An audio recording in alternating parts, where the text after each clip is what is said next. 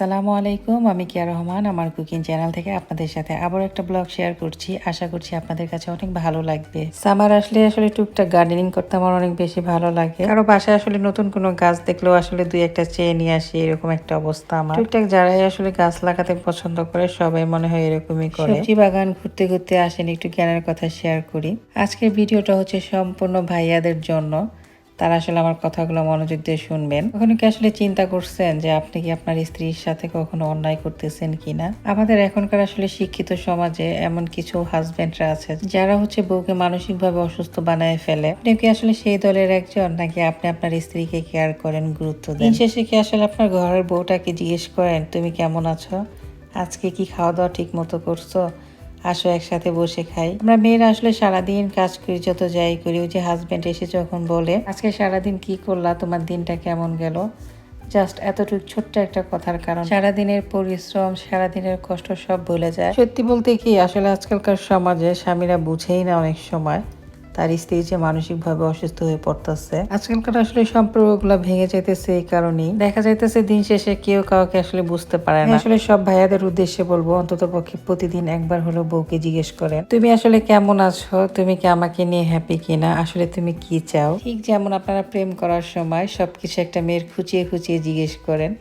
সে কেমন আছে, সে কি চায়, কি পছন্দ করে, কি অপছন্দ করে, কয়েকটা জিনিসের প্রতিদিনই আসলে খোঁজ খবর নেন, দেখবেন আপনাদের সংসারটা অনেক সুন্দর থাকবে। বিয়ে আসলে চাইলেই অনেকগুলা করা যায়, তবে একজনকে নিয়ে সারা জীবন কাটিয়ে দেওয়া হচ্ছে সবচাইতে বড় বীর পুরুষের কাজ। সংসার আসলে টিকে থাকে ধৈর্য, ত্যাগ, বোঝাপড়া, এই সকল জিনিসগুলা নিয়ে। আপনার ফ্যামিলির কোনো মানুষকে আপনি কষ্ট দিবেন ভেবে যদি আপনি কষ্ট পান, তাহলে আপনার জীবন সঙ্গীকে কখনো কষ্ট দেওয়ার কথা চিন্তাও করবেন না। কিছু কিছু পুরুষ মানুষকে দেখি যে স্ত্রীর সাথে প্রতিযোগিতায় নেমে যায়। তারা আসলে স্ত্রী যে একটা মানুষ, তার যে একটা সম্মান আছে সেই দিকে একদমই খেয়াল রাখে না। স্ত্রী তার আবার কিসের সম্মান, তার আবার আত্মসম্মান আছে কিনা, ঘরের বউ যা বলবো তাই করবে, তাই শুনবে। আমাদের সমাজে আসলে কিছু কিছু মেয়েরা আছে স্বামীর জন্য সবকিছু করে, নিজের ক্যারিয়ার, নিজের ভালো লাগা, ভালো থাকা সবকিছু আসলে বিসর্জন দিয়ে দেয়। তারপরে আসলে দেখা যায় স্বামীর মন পায় না, এতে কিন্তু তারা আসলে মানসিকভাবে অসুস্থ হয়ে যায়। মেয়েরা তো আসলে পরিবার পরিজন সবাইকে আসলে ছেড়ে চলে আসে ভালোবাসার টানে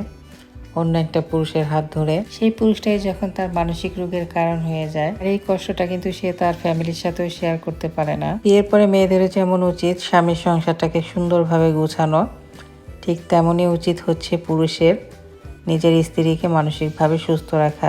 প্রেম করে বিয়ে কথাটা শুনতে যতটা আকর্ষণীয়, যতটা মিষ্টি লাগে, বাস্তব জীবনে আসলে এই জিনিসটা অনেক মানুষের জীবনে কষ্টের কারণ হয়ে যায়। আপনার ইচ্ছা পূরণের রাজপুত্র আসলে গল্পে থাকে, বাস্তব জীবনের রাজপুত্র কিন্তু অনেক আলাদা। গল্প আর বাস্তব জীবন যখন একত্রে করবেন তখন কিন্তু একেবারে সংসারের 12 থেকে 13টা বাজে যাবে। তাই গল্প আসলে গল্পের জায়গায় রেখে দিবেন, আর বাস্তবতা কি জিনিস সেটা নিজের চোখে উপলব্ধি করবেন। যে ছেলেটা আসলে প্রেম করার সময় আপনার সাথে 2-3 বার করে আপনার খোঁজ খবর নিচ্ছে, সেই ছেলেটাকে আপনার এতটাই অপরিচিত লাগবে যখন আপনার সাথে বিয়ে হয়ে যাবে।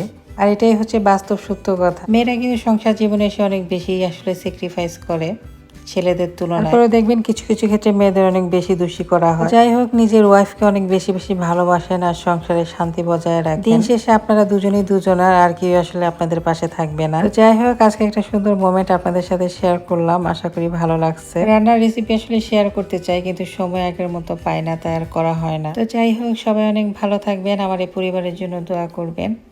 আবার নতুন কোনো ব্লগ নিয়ে হাজির হয়ে যাব। আসসালামু আলাইকুম।